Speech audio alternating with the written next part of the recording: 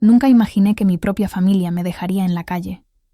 Nunca pensé que el hombre en quien confié como un hijo acabaría siendo mi peor pesadilla.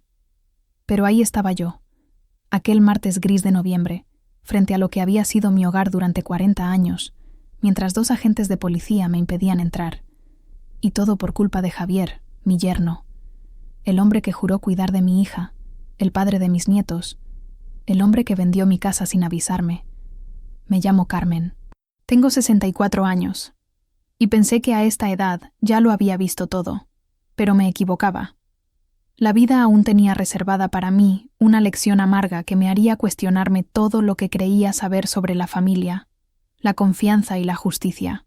Antes de contaros cómo acabé siendo tratada como una intrusa en mi propia casa, dejadme que os explique cómo empezó todo. Porque esta historia no comienza aquel martes fatídico. No, señor.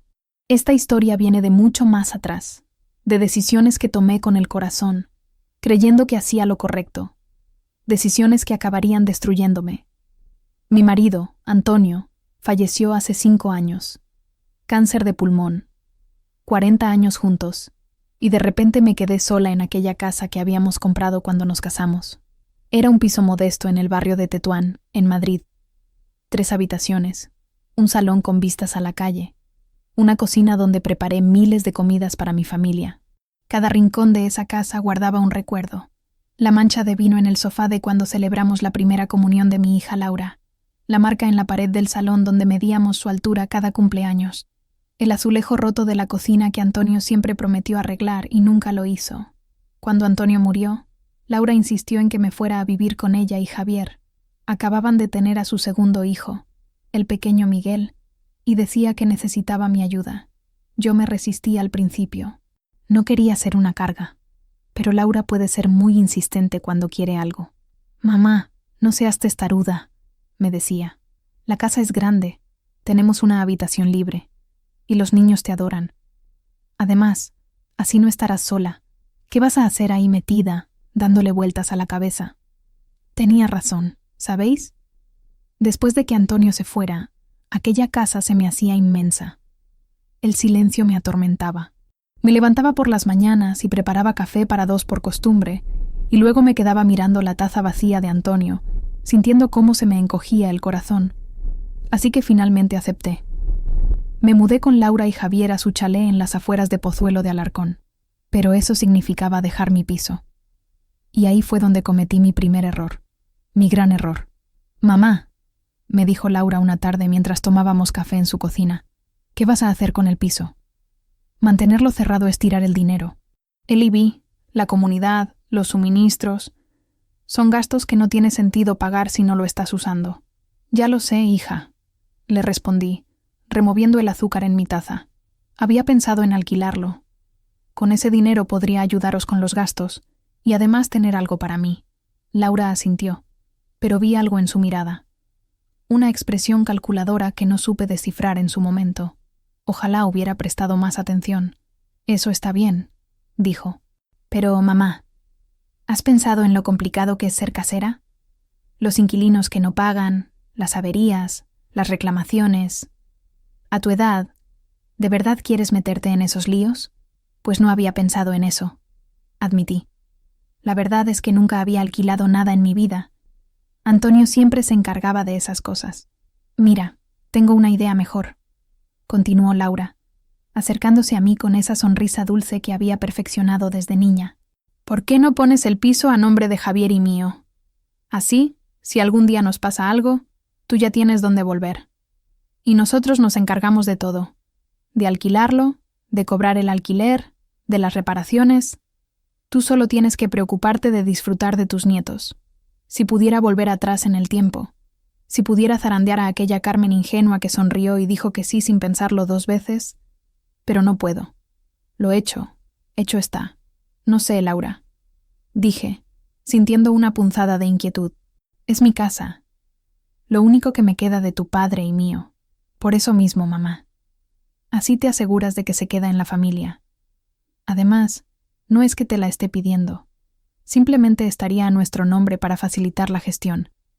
Pero seguiría siendo tuya. Siempre será tu casa». Ojalá hubiera confiado en aquella punzada de inquietud. Ojalá hubiera dicho que no. Pero cuando eres madre, quieres confiar en tus hijos. Quieres creer que jamás te harían daño. Así que firmé los papeles que Javier preparó.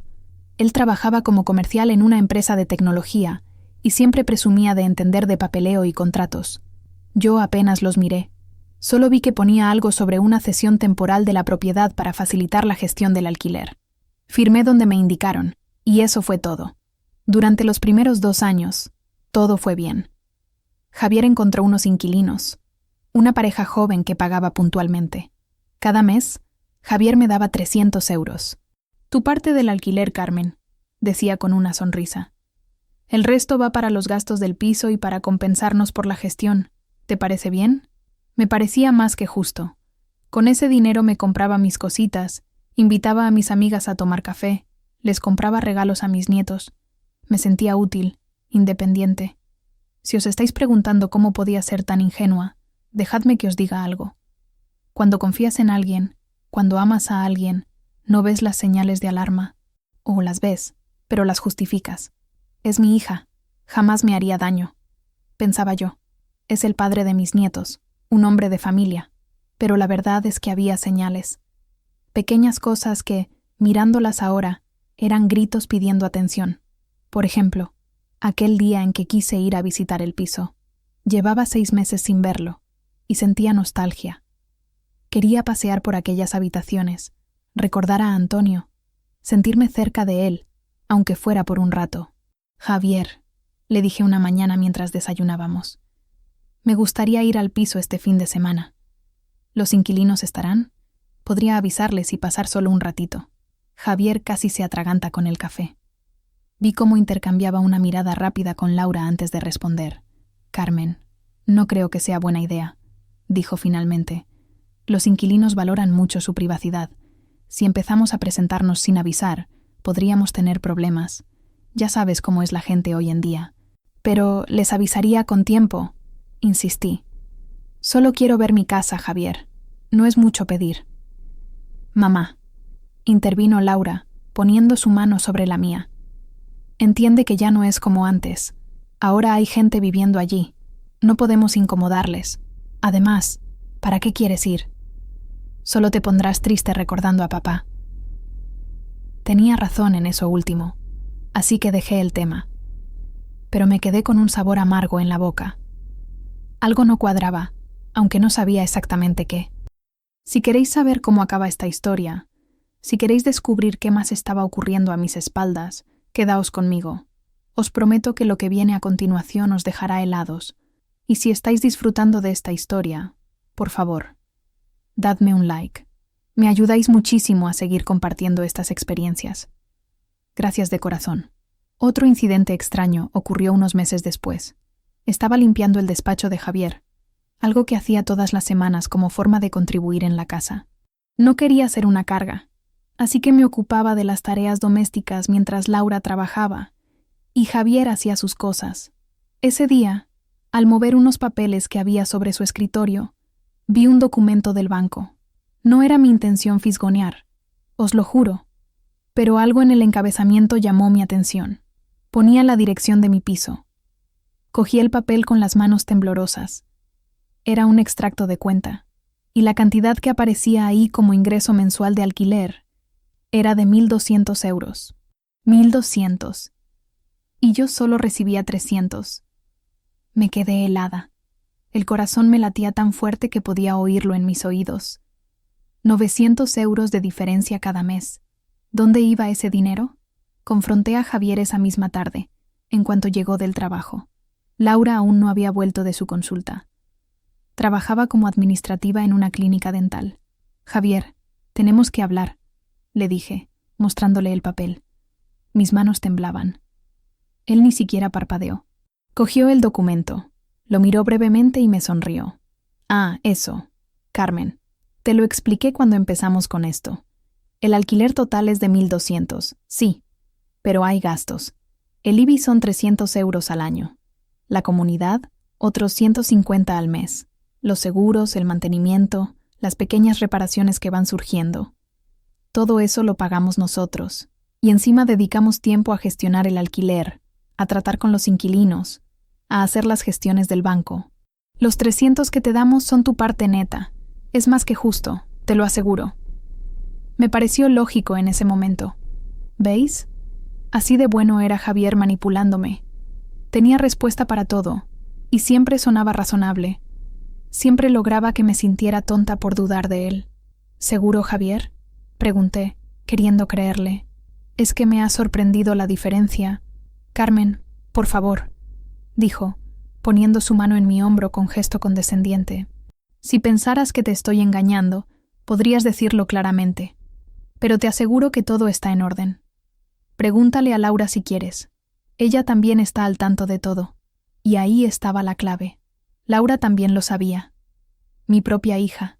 Si ella estaba de acuerdo, si ella lo sabía y no me había dicho nada, entonces debía ser verdad. Así razonaba yo entonces. Porque una madre no quiere pensar que su hija pueda traicionarla. Pero las cosas empezaron a cambiar. Sutilmente al principio, luego de forma más evidente. Javier comenzó a tratarme diferente. Ya no era tan amable, tan solicito. A veces, cuando le pedía algo, suspiraba con fastidio. Otras veces me ignoraba directamente. Javier, ¿podrías acercarme al centro mañana?, le preguntaba. Quiero ir a ver a mis amigas. Carmen, tengo cosas que hacer. Coge el autobús. Es que con mi rodilla, ya sabes. Pues pide un taxi. Laura tampoco era la misma. Antes me pedía consejo, me contaba cosas, me incluía en sus planes. Ahora parecía siempre ocupada, siempre con prisa, siempre molesta por algo que yo había hecho o dejado de hacer. Mamá, ¿puedes no dejar tus cosas en el salón? Es que estorban. Mamá, cuando cuides de los niños no les des tantas golosinas, se van a poner malos. Mamá, ¿te importaría comer en tu habitación hoy? Es que tenemos invitados y necesitamos intimidad. Me sentía cada vez más como una intrusa en aquella casa, como si mi presencia molestara, pero me decía a mí misma que eran imaginaciones mías, que estaba siendo demasiado sensible. Es normal, pensaba. 3 generaciones viviendo juntas, es lógico que haya roces. Entonces llegó aquel verano. El verano en que todo cambió definitivamente. Era julio. Hacía un calor espantoso. Yo estaba en el jardín con los niños, jugando con la manguera para refrescarnos, cuando oí voces alteradas que venían del salón. Javier y Laura estaban discutiendo. No era la primera vez, pero esta vez sonaba diferente, más serio, más grave. Dejé a los niños jugando y me acerqué a la ventana del salón, intentando no hacer ruido. Sé que no estaba bien escuchar, pero algo me decía que debía hacerlo. Algo me advertía que necesitaba saber qué estaba pasando. No podemos seguir así, Laura, decía Javier, y su voz sonaba tensa. Los números no cuadran. La empresa me ha reducido la comisión y con tu sueldo no llegamos. Ya debemos 3 meses de hipoteca. Ya lo sé, Javier. ¿Crees que no lo sé? ¿Pero qué quieres que haga?, respondía Laura. Y noté algo en su tono, algo desesperado. Ya sabes qué podemos hacer. Lo hemos hablado 1000 veces. No, Javier. No podemos hacerle eso a mi madre. ¿Hacerle qué? El piso está a nuestro nombre. Legalmente es nuestro. Y vale una fortuna. 250.000 euros mínimo. Y eso siendo conservadores. Con ese dinero solucionamos todo. Pagamos las deudas. Saneamos nuestras finanzas. Incluso nos queda para las obras que queremos hacer en la casa. Pero es su casa, Javier. Es lo único que tiene de mi padre. Ella ya no lo necesita. Vive aquí, ¿no? No va a quedarse en la calle. Además, el piso está a nuestro nombre. Firmó los papeles. Es totalmente legal. Legal, pero no moral. La moral no paga las facturas, Laura. Ni la hipoteca, ni los colegios de los niños. Tenemos que ser prácticos. Aún me quedé helada detrás de aquella ventana. El corazón me latía tan fuerte que temí que pudieran oírlo. No podía creer lo que estaba escuchando.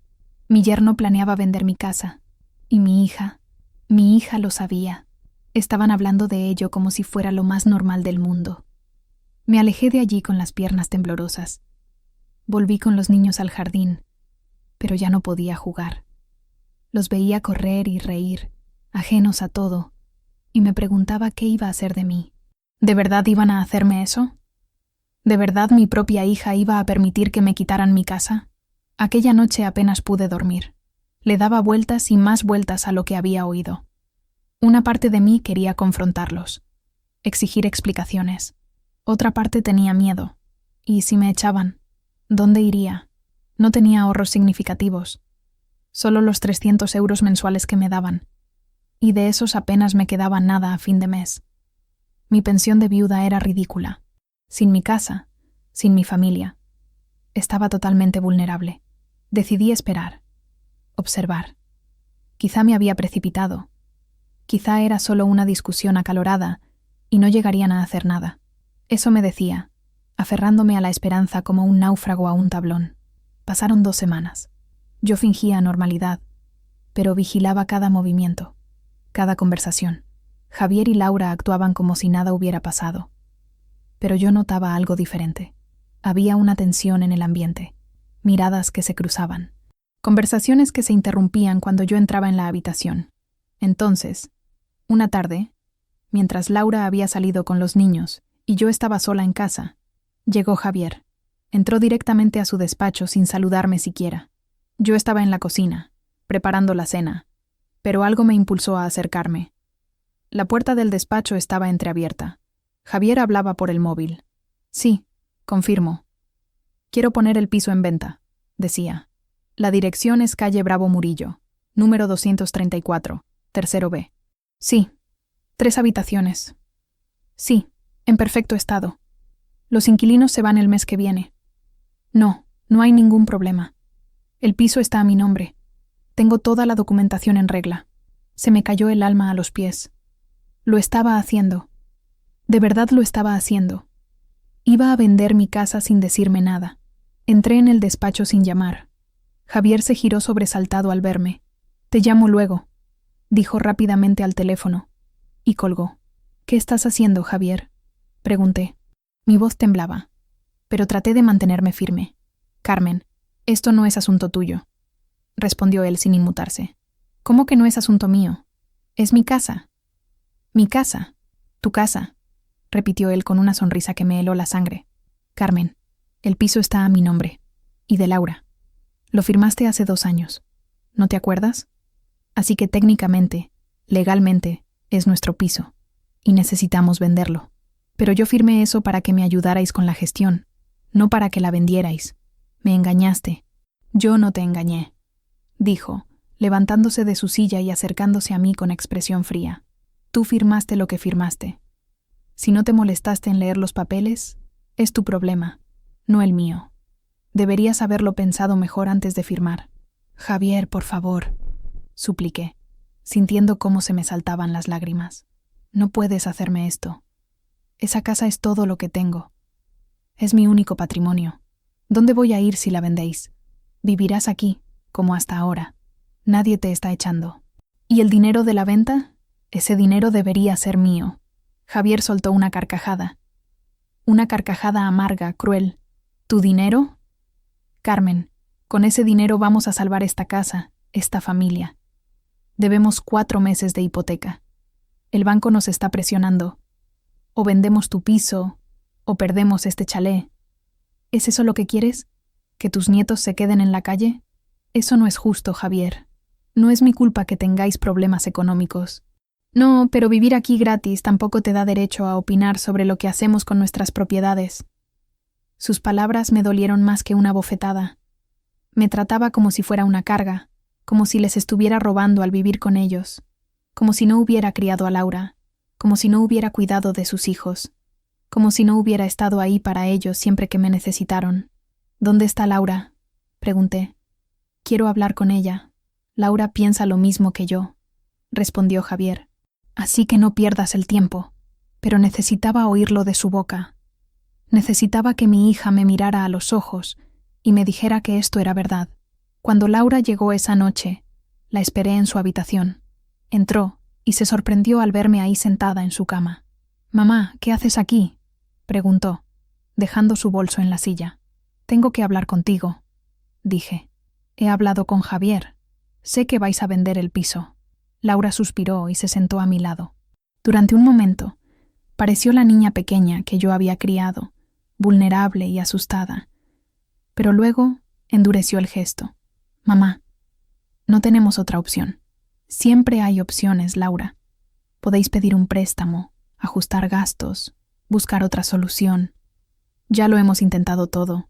Los bancos no nos dan más crédito. Hemos recortado todo lo que podíamos recortar. El piso es nuestra única salida. Pero es mi casa, Laura. Tu padre y yo trabajamos toda nuestra vida para tener ese piso. Es mi seguridad. ¿Qué voy a hacer cuando sea más mayor? Cuando necesite un sitio propio, vivirás aquí con nosotros. ¿Y si las cosas no funcionan? ¿Y si Javier y tú decidís que ya no me queréis aquí? Eso no va a pasar. ¿Cómo puedo estar segura? Laura, si vendéis el piso, me dejaréis sin nada. Completamente dependiente de vosotros. ¿Entiendes eso? Vi lágrimas en sus ojos, pero no se dio. Lo siento, mamá. De verdad que lo siento. Pero es lo que hay. El piso está a nuestro nombre, y vamos a venderlo. Tú seguirás viviendo aquí. Te lo prometo.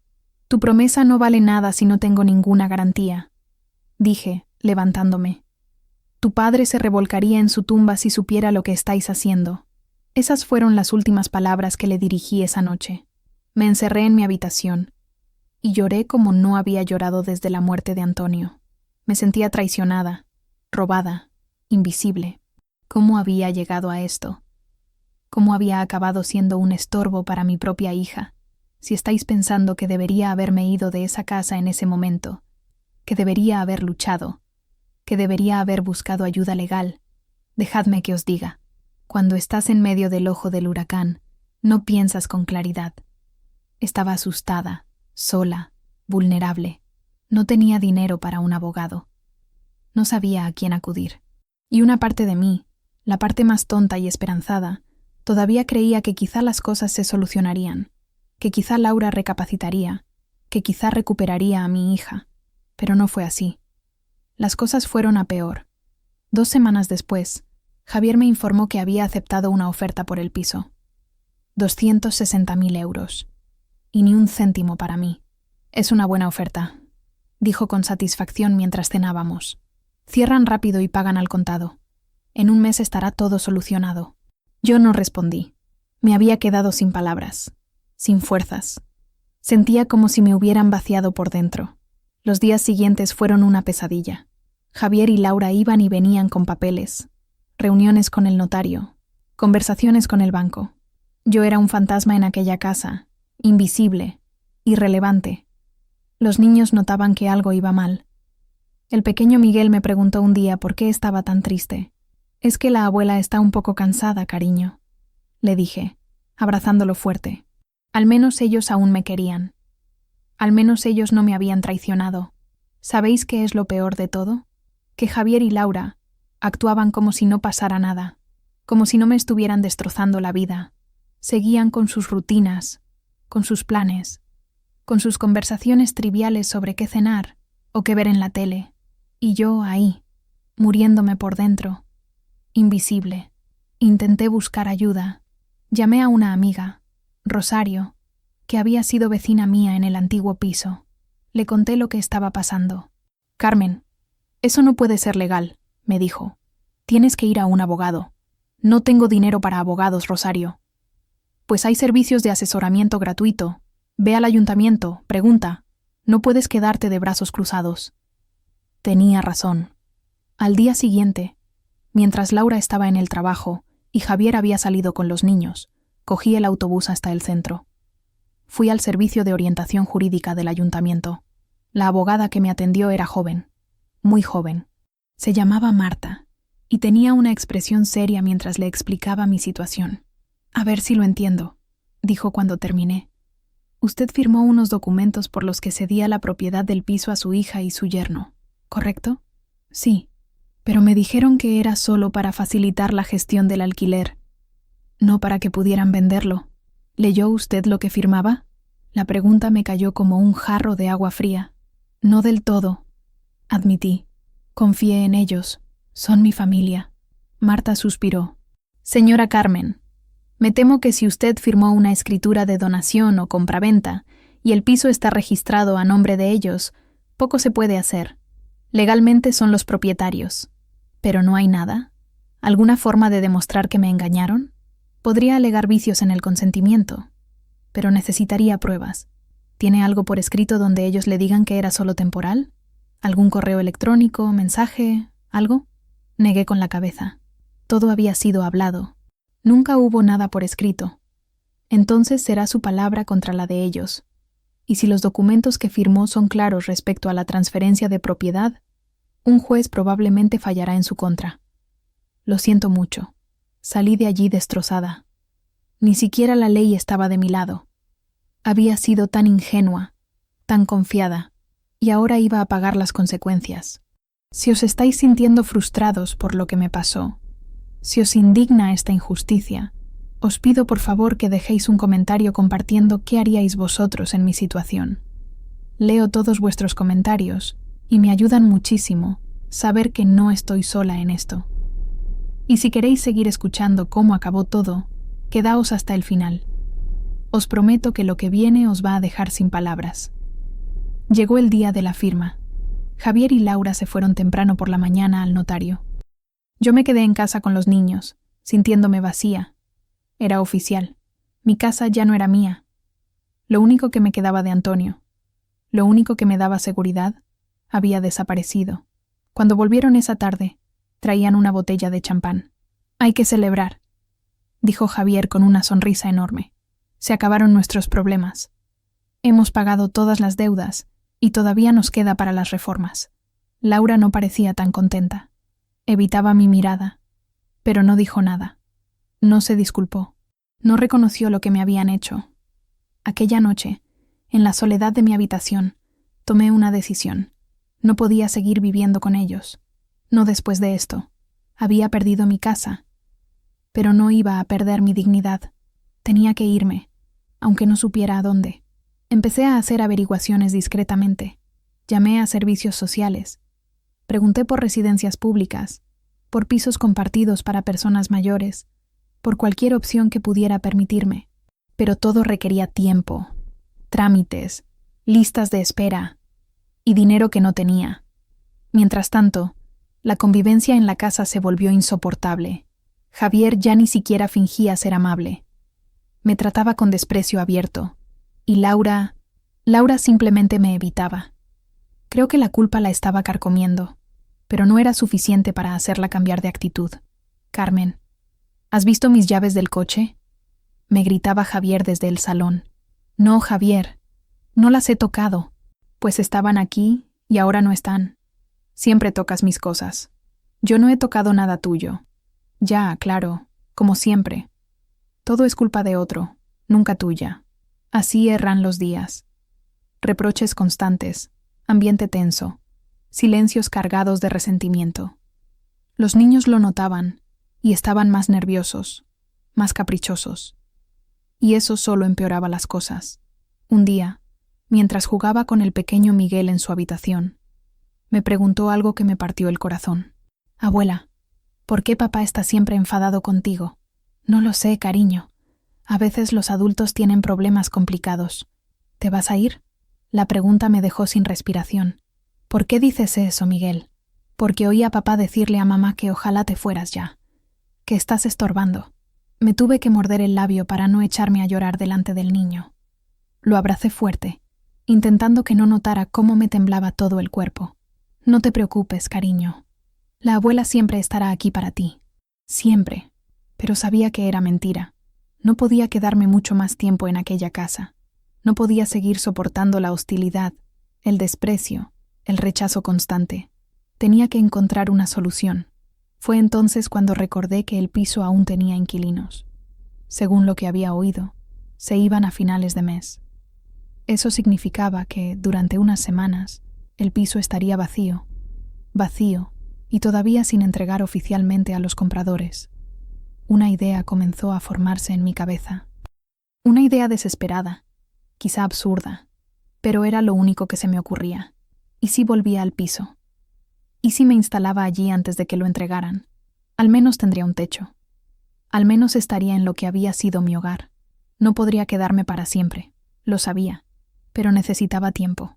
Tiempo para pensar, para buscar alternativas, para recuperar algo de dignidad. Esperé a que Javier y Laura salieran de casa. Era un sábado por la mañana, y habían decidido llevarse a los niños al parque. Yo les dije que me encontraba mal, que me quedaría descansando. En cuanto se fueron, preparé una bolsa con mis cosas más importantes.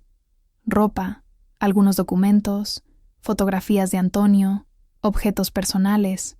No mucho, solo lo esencial. Tenía un juego de llaves del piso. Nunca me las habían pedido, probablemente porque ni se acordaban de que las tenía. Las cogí con manos temblorosas y salí de la casa sin mirar atrás. El viaje en autobús hasta mi antiguo barrio se me hizo eterno.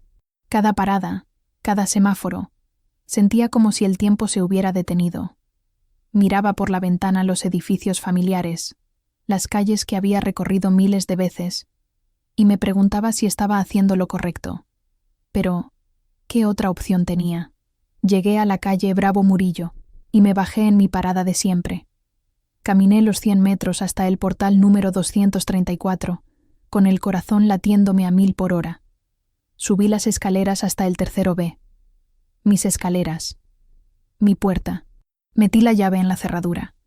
Giró sin problemas. Abrí la puerta. El piso estaba vacío. Los inquilinos ya se habían ido. Había algunas cajas apiladas en una esquina, pero por lo demás, estaba tal como lo había dejado 2 años atrás. Entré y cerré la puerta tras de mí. El silencio era absoluto. Un silencio que no me asustaba, sino que me reconfortaba. Era mi silencio, mi espacio. Por primera vez en meses, sentí que podía respirar. Recorrí las habitaciones como si fuera la primera vez que las veía. El salón sin muebles, pero con aquellas vistas que tanto amaba. La cocina con el azulejo roto que Antonio nunca arregló. La habitación que había sido de Laura cuando era niña. Y finalmente, nuestro dormitorio. El dormitorio que había compartido con Antonio durante 40 años. Me senté en el suelo, en el lugar exacto donde había estado nuestra cama, y lloré. Lloré por todo lo que había perdido. Por Antonio. Por mi hija. Por la familia que creí tener y que resultó ser una mentira. Lloré hasta que no me quedaron más lágrimas. Luego saqué mi móvil y llamé a Rosario, mi antigua vecina. Rosario, soy Carmen. Necesito tu ayuda. Le expliqué dónde estaba y lo que había hecho. Rosario no me juzgó. Simplemente me dijo que me esperara, que en 1 hora estaría allí con algunas cosas. Un colchón plegable que tenía en su trastero, mantas, algo de comida. No te preocupes, Carmen. Vamos a solucionar esto, me dijo. No estás sola. Esas palabras me dieron fuerzas. Por primera vez en mucho tiempo, sentí que alguien estaba de mi lado. Rosario cumplió su palabra. Llegó con su hijo, que me ayudó a subir el colchón y algunas sillas. También trajo comida, un hornillo eléctrico, platos, cubiertos. Básico, pero suficiente. ¿Cuánto tiempo crees que podrás estar aquí?, me preguntó mientras preparábamos el colchón en el salón. No lo sé. Supongo que hasta que Javier y Laura se den cuenta y vengan a echarme. O hasta que los compradores quieran tomar posesión. ¿Y has pensado qué harás después? Un día a la vez, Rosario. Un día a la vez. Pasé aquella primera noche en el piso en mi colchón improvisado, tapada con las mantas que Rosario me había traído. No fue cómodo, pero tampoco me importó. Estaba en casa, en mi casa, y eso era lo único que importaba en ese momento. Al día siguiente, domingo, no recibí ninguna llamada, ni de Laura ni de Javier. Supongo que asumieron que seguía en mi habitación, descansando, o quizá ni siquiera se habían dado cuenta de mi ausencia. Eso dolía tanto como todo lo demás. El lunes por la mañana, mi móvil empezó a sonar. Era Laura. Mamá, ¿dónde estás? No estás en tu habitación. No estás en casa. Estoy en el piso, respondí con voz tranquila. ¿Qué? ¿En qué piso? En mi piso, en lo que era mi casa antes de que la vendierais a mis espaldas. Hubo un silencio al otro lado del teléfono. Luego oí voces de fondo. Laura le estaba contando a Javier. Mamá, no puedes estar ahí. El piso ya no es nuestro. Lo hemos vendido. Pues todavía no lo habéis entregado, y yo necesitaba un sitio donde estar. Un sitio donde no me trataran como una carga. Mamá, por favor, no hagas esto más difícil. Vuelve a casa. Esta es mi casa, Laura, y me quedo aquí. No puedes. Es ilegal.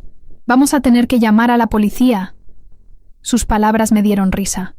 Una risa amarga. ¿A la policía? ¿Vas a denunciar a tu propia madre? Adelante, Laura. Haz lo que tengas que hacer. Y colgué. Me temblaban las manos, pero me sentía extrañamente fuerte. Por primera vez en mucho tiempo, había plantado cara. Durante las siguientes horas, recibí llamadas y mensajes constantes. De Laura, de Javier, incluso de una mujer que se identificó como la abogada de los compradores. Todos me exigían que abandonara el piso, pero yo no respondí. Apagué el móvil y me dediqué a limpiar, a ordenar, a hacer que aquel espacio vacío volviera a sentirse como un hogar. Rosario vino a verme por la tarde, preocupada. Carmen, ¿qué vas a hacer? Van a venir a echarte. Es cuestión de tiempo. Lo sé, pero al menos habré tenido estos días aquí. Al menos habré recuperado un poco de mi dignidad. Esto no está bien, Carmen. Lo que te han hecho no está bien. Deberías luchar. ¿Cómo, Rosario? No tengo dinero, no tengo pruebas, no tengo nada. La ley no está de mi lado, pero la justicia sí. Esto es moralmente reprobable y todo el mundo lo ve.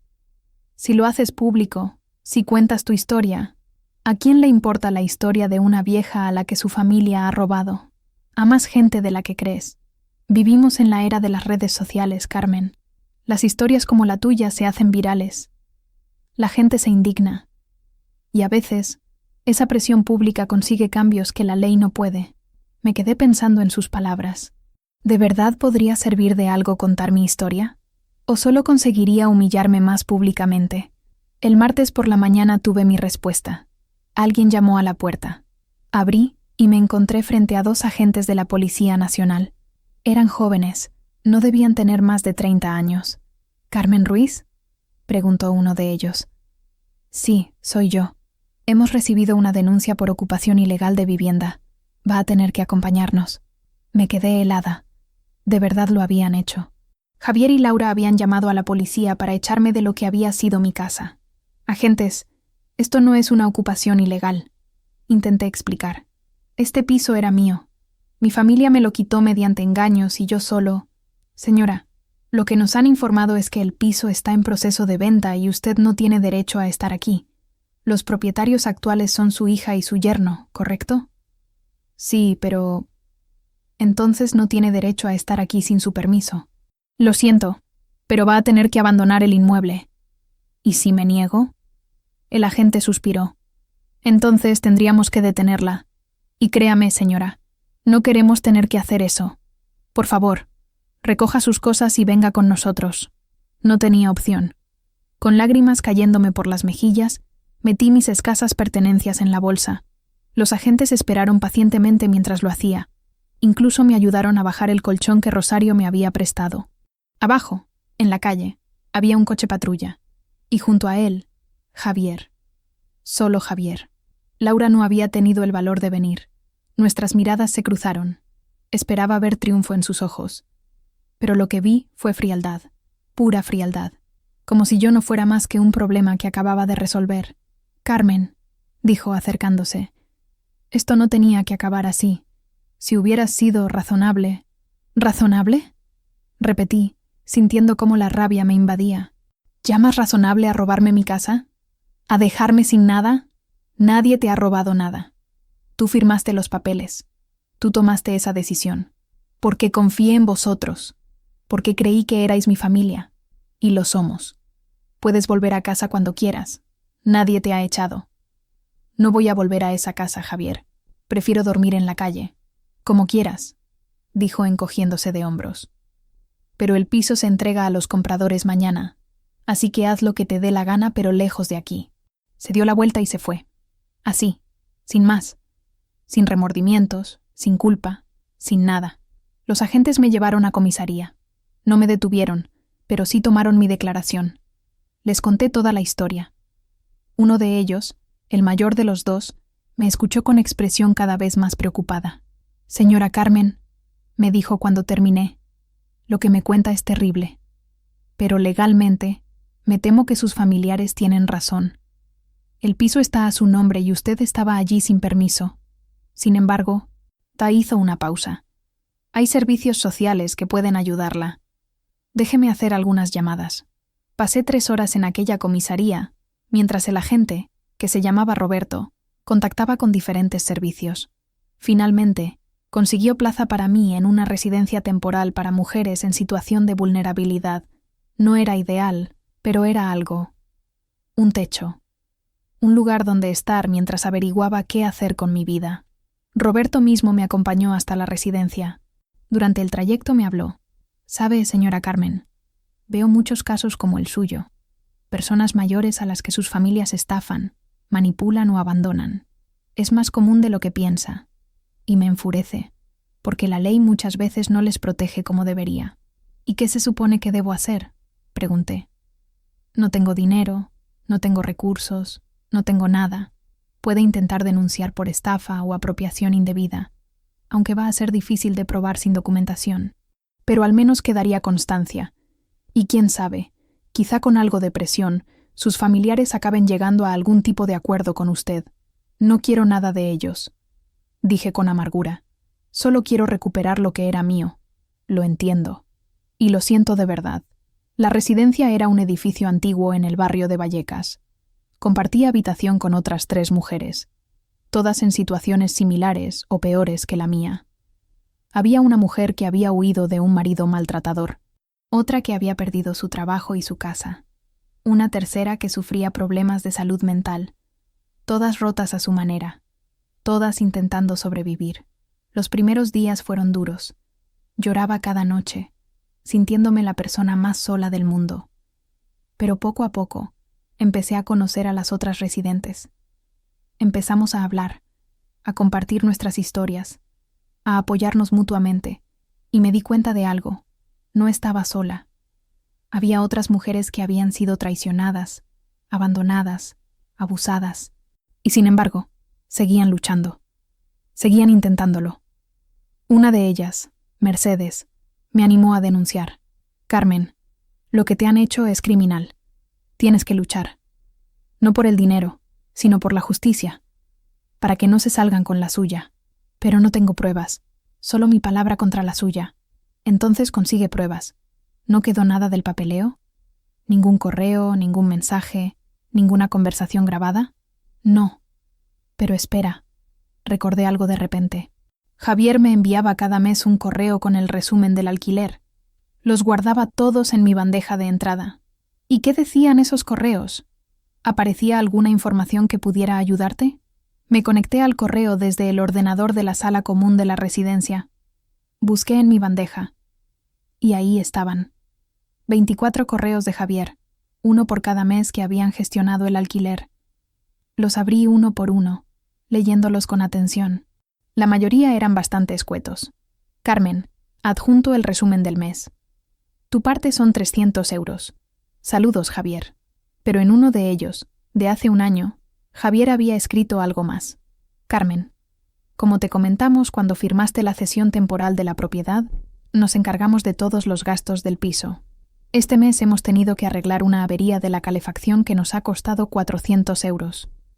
Por eso tu parte este mes será solo de 200 euros. Esperamos tu comprensión. Saludos, Javier». Ahí estaba.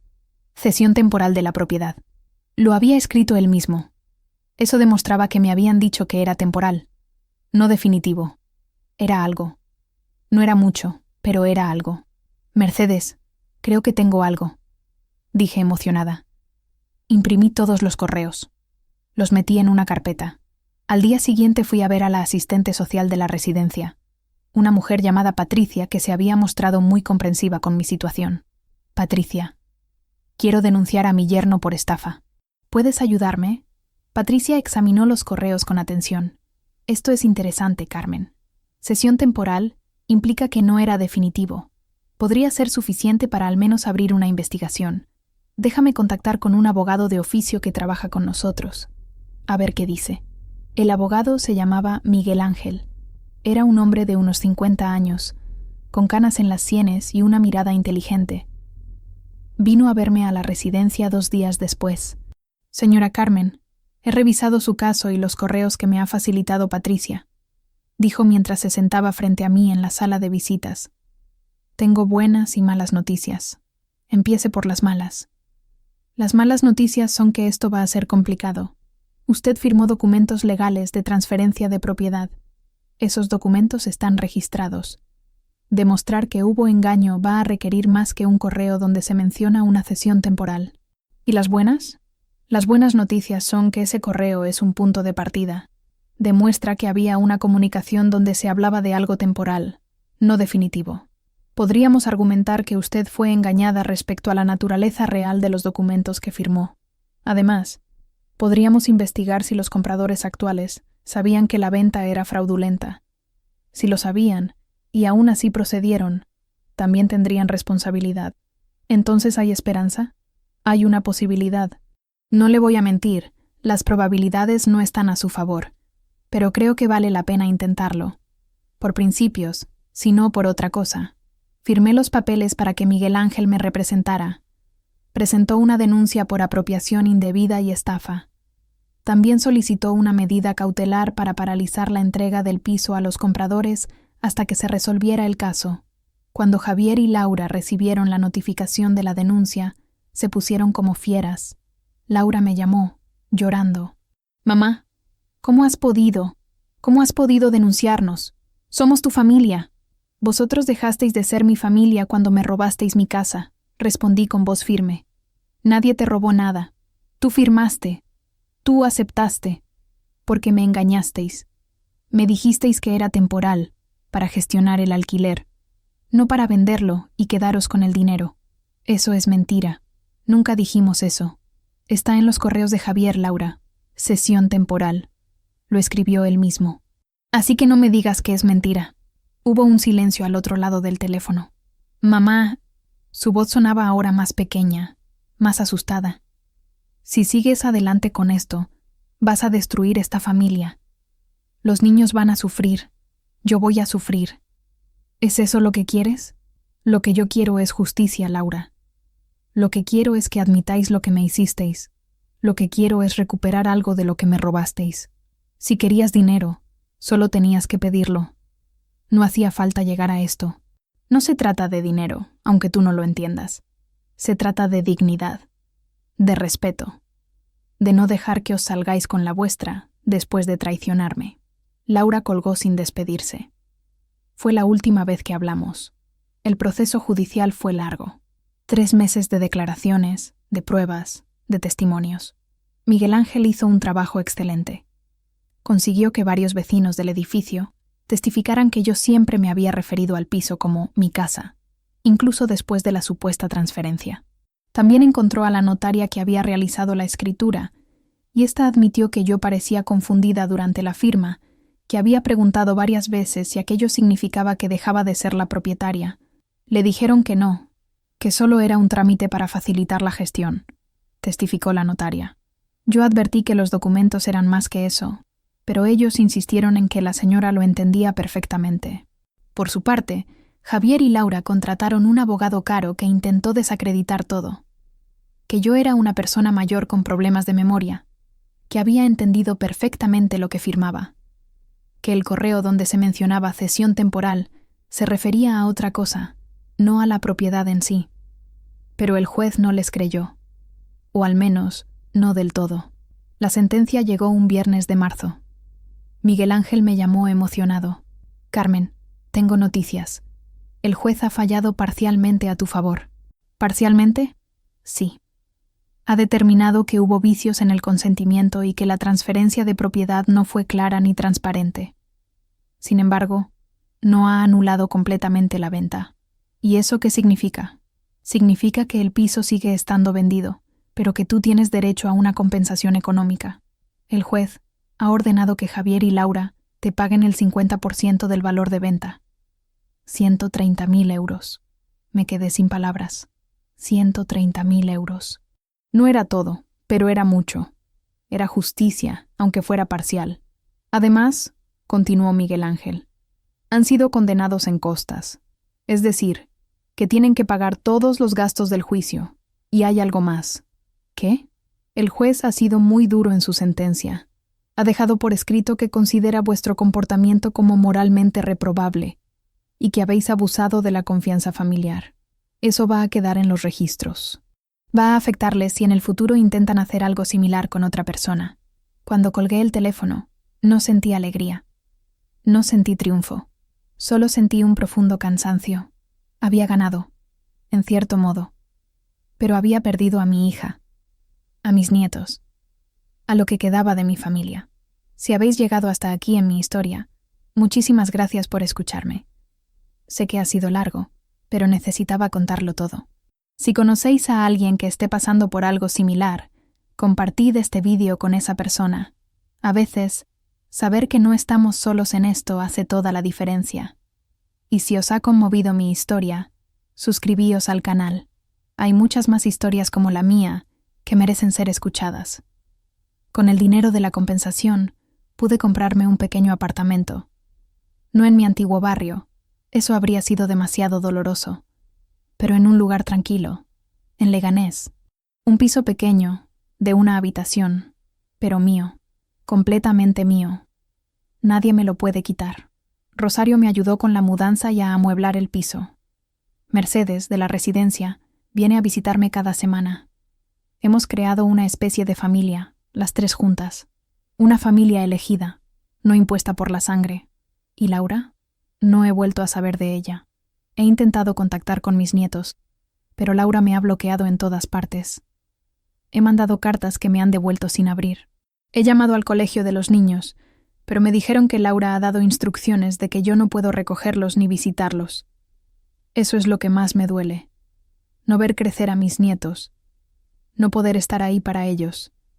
Pero me consuelo pensando que algún día, cuando sean mayores, cuando puedan entender lo que pasó, quizá me busquen, quizá quieran conocer mi versión de la historia. He aprendido muchas cosas de esta experiencia. He aprendido que la familia biológica no siempre es familia de verdad, que la sangre no garantiza lealtad ni amor. He aprendido que hay que confiar, sí, pero también protegerse, leer lo que firmas, guardar pruebas, no dar nada por sentado. He aprendido que la justicia existe, aunque no siempre sea perfecta, que luchar vale la pena, incluso cuando parece imposible. Y he aprendido que nunca es demasiado tarde para empezar de nuevo, ni siquiera a los 64 años. Ahora, cuando me siento en el balcón de mi pequeño apartamento con una taza de café, miro los tejados de Leganés y pienso en todo lo que he pasado. Hay días buenos y días malos. Hay días en que echo de menos a Laura tanto que me duele físicamente el pecho. Hay días en que me pregunto qué habría pasado si hubiera tomado decisiones diferentes, si hubiera sido más desconfiada, si hubiera leído aquellos papeles con más atención. Pero luego me digo, Carmen, hiciste lo que creías correcto en ese momento. Confiaste porque eres una buena persona. El error no es tuyo, sino de quienes abusaron de esa confianza. Y sigo adelante. Porque ¿qué otra cosa puedo hacer? He empezado a ir a un grupo de apoyo para personas mayores que han sufrido abusos financieros o emocionales por parte de sus familias. Al principio me costaba hablar, pero poco a poco me he ido abriendo. Y me he dado cuenta de que mi historia no es única. Hay decenas, cientos de personas mayores en situaciones similares o peores. Personas que han perdido todo porque confiaron en las personas equivocadas. Una de las mujeres del grupo, Consuelo, me dijo algo que me marcó. Carmen, lo que nos ha pasado a nosotras no es solo una traición personal. Es un reflejo de cómo la sociedad trata a las personas mayores. Como si fuéramos tontas, inútiles, prescindibles. Como si nuestras propiedades, nuestro dinero, nuestras decisiones pudieran ser tomadas por otros sin consultarnos. Tenía razón. Y por eso decidí hacer algo más. Con la ayuda de Miguel Ángel, el abogado que me representó, empecé a dar charlas en centros de mayores. Charlas sobre cómo protegerse de los abusos familiares, sobre qué señales de alarma vigilar, sobre la importancia de leer lo que se firma y de no ceder nunca la propiedad de nada sin asesoramiento legal independiente. No dejéis que os pase lo que me pasó a mí. Les digo a esas salas llenas de personas mayores que me escuchan con atención. Confiad en vuestros hijos, sí, pero confiad todavía más en vosotros mismos.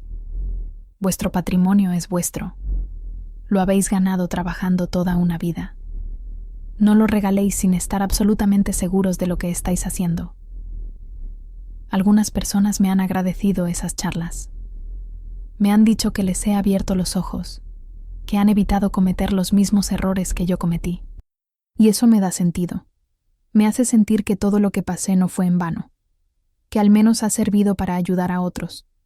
También he empezado a escribir. No soy escritora profesional, pero tengo historias que contar. He empezado a plasmarlas en un blog. La historia de cómo perdí mi casa, la historia de cómo la recuperé, al menos en parte, y las historias de otras personas que he conocido en este camino.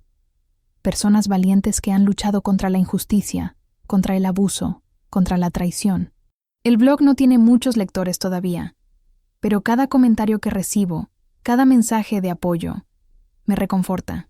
Me hace saber que no estoy sola, que hay gente ahí fuera que entiende, que se preocupa, que quiere que haya justicia. ¿Y Javier? Según me contó Rosario, que todavía tiene contacto con algunos vecinos del barrio donde vivía Laura, las cosas no les han ido bien económicamente. A pesar de haberse quedado con una parte del dinero de mi piso, parece que sus problemas financieros han continuado. Hay rumores de que el chalet está en venta, de que Javier ha perdido su trabajo, de que la pareja está en crisis. No voy a negar que una parte de mí, la parte más humana y mezquina, siente cierta satisfacción al oír eso. Karma, lo llaman. Yo lo llamo consecuencias. Cuando construyes tu vida sobre mentiras y traiciones, tarde o temprano todo se derrumba. Pero otra parte de mí, la parte que sigue siendo madre a pesar de todo, se preocupa por Laura, por mis nietos, por lo que estarán pasando. Y me pregunto si alguna vez Laura se arrepentirá de lo que hizo, si alguna vez mirará atrás y pensará, «Madre mía, ¿qué hice? ¿Traicioné a mi propia madre por dinero?» Quiero creer que sí. Quiero creer que hay un poco de conciencia ahí dentro todavía, pero no lo sé. Y quizá nunca lo sepa. Lo que sí sé es que yo estoy bien. Mejor de lo que esperaba estar después de todo lo que pasó. Tengo mi apartamento, tengo mis amigas, tengo mis charlas y mi blog. Tengo una vida. No es la vida que imaginé cuando me casé con Antonio hace tantos años, pero es mi vida. Y la estoy viviendo con dignidad. Hay días difíciles, no os voy a engañar. Hay noches en que me despierto llorando, soñando que veo a mis nietos y que ellos me rechazan. Hay mañanas en que me cuesta encontrar fuerzas para levantarme de la cama, pero luego pienso en todas las personas que he conocido, en todas las historias que he escuchado, en todo el camino que he recorrido, y me digo, Carmen, eres más fuerte de lo que creías. Has sobrevivido a lo peor. Puedes con esto. Y me levanto. Y sigo adelante. Una cosa que he aprendido en todo esto es la importancia de la comunidad, de tener gente alrededor que te apoye, que te escuche, que esté ahí en los momentos difíciles. Rosario ha sido un ángel para mí. Mercedes también. Miguel Ángel, el abogado, se ha convertido en un amigo. Incluso Roberto, el agente de policía que me ayudó aquel día terrible, me ha llamado un par de veces para ver cómo estoy. Son esas pequeñas conexiones, esos pequeños gestos de humanidad, los que te salvan cuando todo parece perdido. Y por eso intento hacer lo mismo por otros. Ayudar cuando puedo. Escuchar cuando alguien necesita ser escuchado. Estar ahí. También he aprendido a valorar las cosas pequeñas. Una taza de café en mi balcón por la mañana. Un paseo por el parque. Una charla con una vecina. Una película que me hace reír. Antes daba esas cosas por sentadas. Ahora sé que son lo que hace que la vida merezca la pena. Y he aprendido, sobre todo, que uno siempre puede empezar de nuevo. Que nunca es demasiado tarde para construirse una nueva vida. Tengo 64 años, sí, pero también tengo, si Dios quiere, otros 20 o 30 años por delante. Y voy a vivirlos de la mejor manera posible. Si me preguntáis si perdonaría a Laura y a Javier, la respuesta honesta es, no lo sé. Una parte de mí quiere hacerlo, porque el rencor pesa y cansa. Pero otra parte de mí siente que perdonarles sería minimizar lo que me hicieron. Sería decir, no pasa nada, me robasteis mi casa y me traicionasteis, pero os perdono. Y no sé si puedo hacer eso. No sé si quiero hacerlo. quizá con el tiempo. Quizá si ellos dieran alguna señal de arrepentimiento genuino. Pero de momento, la respuesta es no. No puedo perdonar. Solo puedo seguir adelante con mi vida e intentar encontrar paz en otros lugares. Lo que sí he hecho es perdonarme a mí misma. Durante mucho tiempo me culpé por haber sido tan ingenua, tan confiada. Me decía, Carmen, ¿cómo pudiste ser tan tonta? ¿Cómo no viste las señales? Pero luego entendí que confiar no es ser tonta, que amar a tu familia y creer en ellos no es debilidad, que el error no fue mío, sino de quienes abusaron de esa confianza. Así que me he perdonado. Me he dicho, hiciste lo mejor que pudiste con la información que tenías. No eres perfecta, pero tampoco eres la villana de esta historia. Y ese perdón hacia mí misma ha sido liberador.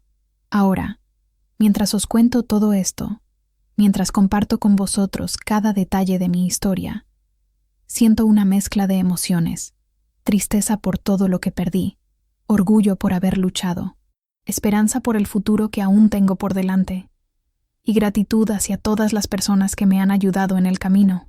Si hay algo que quiero que os quedéis de mi historia, es esto. No os dejéis pisotear. No importa cuántos años tengáis. No importa cuán vulnerables os sintáis. Siempre podéis luchar. Siempre podéis alzar la voz. Siempre podéis buscar justicia. Y si estáis pasando por algo similar, si alguien de vuestra familia os está manipulando o engañando, por favor, buscad ayuda. Hablad con un abogado. Acudid a servicios sociales. Contad vuestra historia. No os quedéis callados. El silencio solo beneficia a los abusadores. Y para terminar, quiero pediros un favor. Si esta historia os ha tocado el corazón, si creéis que puede ayudar a alguien más, compartidla. Contádsela a vuestros padres, a vuestros abuelos, a cualquier persona mayor en vuestra vida, que sepan que no están solos, que hay recursos, que hay esperanza. Y si tenéis unos minutos, dejadme un comentario contándome vuestra experiencia. ¿Habéis pasado por algo similar? ¿Conocéis a alguien que haya sido víctima de abuso familiar? Me encantaría leeros y poder responder a cada uno de vosotros. Gracias por haberme escuchado durante todo este tiempo. Gracias por vuestra paciencia, por vuestra empatía, por estar ahí. A veces, simplemente saber que hay gente escuchando, que hay gente que se preocupa, marca toda la diferencia. Me llamo Carmen. Tengo 64 años. Mi yerno vendió mi casa familiar sin avisarme. Cuando fui a reclamar, la policía me esperaba, pero no me rendí. Luché, y aunque no recuperé todo lo que perdí, recuperé algo mucho más importante: mi dignidad, mi voz, mi derecho a ser tratada con respeto. Y eso, queridos amigos, no tiene precio. Cuidaos mucho. Y recordad, nunca, nunca os dejéis robar vuestra dignidad. Es lo único que realmente os pertenece, y que nadie puede quitaros a menos que vosotros lo permitáis. Hasta la próxima historia. Y que la justicia os acompañe siempre.